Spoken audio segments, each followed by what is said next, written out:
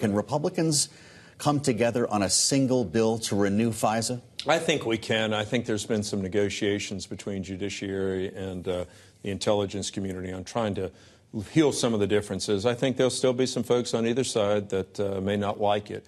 But you know what? When you pass something, when you have both sides don't like it a little bit, maybe it's the right spot in the middle. We have to protect our country from those who are nefarious, that would do things to this country. But we also have an obligation for the Fourth Amendment to protect our nation's rights and citizens' rights. Well, on the subject of protecting the country, proponents of Ukraine aid say that essentially by supporting Ukraine, you are also acting in the interest of the United States to make sure that American troops never have to go on the ground should Russia, if they can be victorious in Ukraine, move toward a NATO ally. And yet still very unclear what, if any, is the path forward for Ukraine aid in your body. What form do you expect it to take? What form would it need to be in to secure your vote? Well, I think personally, and point blank, I think we need to support Ukraine. My opinion, Ukraine never needed to happen, and it was a result of what we did in Afghanistan. But here we are with the crisis, and it's where East meets West.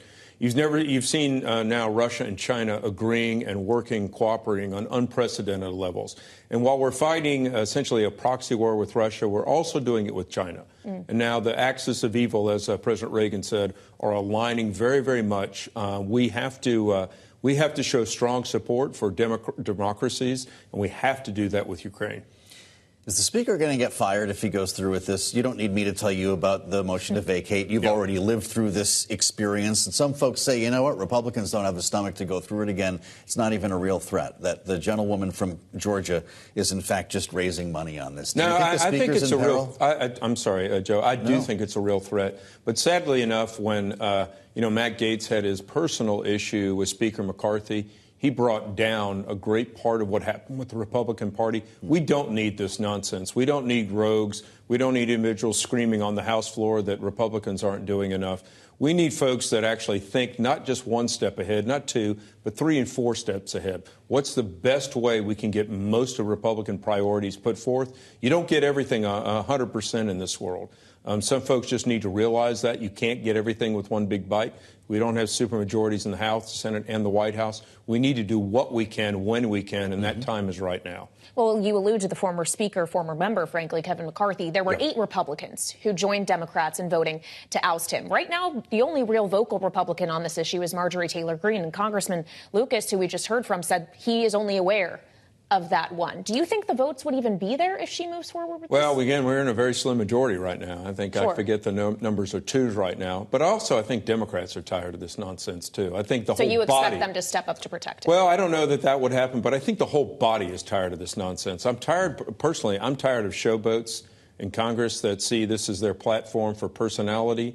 I think we're here elected by the people to do the work of the people. Yeah, we're going to have our disagreements. But you know what? I came here. I got 1 vote. They have 1 vote, too. It doesn't mean they need to take down the majority in doing so. You can see how fed up you are. Absolutely, to the teeth. And it takes a lot. I'm a surgeon. I have a patience that I've learned through the years. But now I'm just kind of... Doesn't mean you're not keeping a steady hand. Kailey mentioned Ukraine. Yeah. Is this going to come to the floor attached to Israel and Taiwan, as we saw in the Senate, or is this a one-by-one approach? We spoke, again, with Congressman Lucas earlier. He said they should even put the Baltimore Bridge funding on this, put it all together and up for a vote. What do you think? I don't know if that's a smart approach. I'm not the speaker, and I wouldn't dare speak for him. But I think putting things separately, we absolutely have to support Israel. Absolutely have to support Israel. They have the right to exist. Hamas butchered people that I know, that I met over just a year ago. They need to be absolutely eliminated. Whether we need to do this piecemeal, I think that's probably a more executable approach, but that's really up to the Speaker. So you would, I would venture to guess, not be supportive of conditions being attached to further aid for Israel? I don't. I have full faith in the Israeli government to root out evil. They have an absolute right to exist. And the fact that Hamas and Iran has said, no, we're going to absolutely, our goal is to dismiss their legitimacy. I think we need to give them all the arms and all the support that they need. Going back to Ukraine, 90% of the Ukraine aid we're talking about goes back to our own coffers, our own military. And folks need to realize this. If they have a fundamental issue with Ukraine itself, well, one, that's their opinion. But 2, we need to reinforce our own supplies. My God, this is our nation's security that we're talking about. You remind us that you're a surgeon, you're a medical doctor.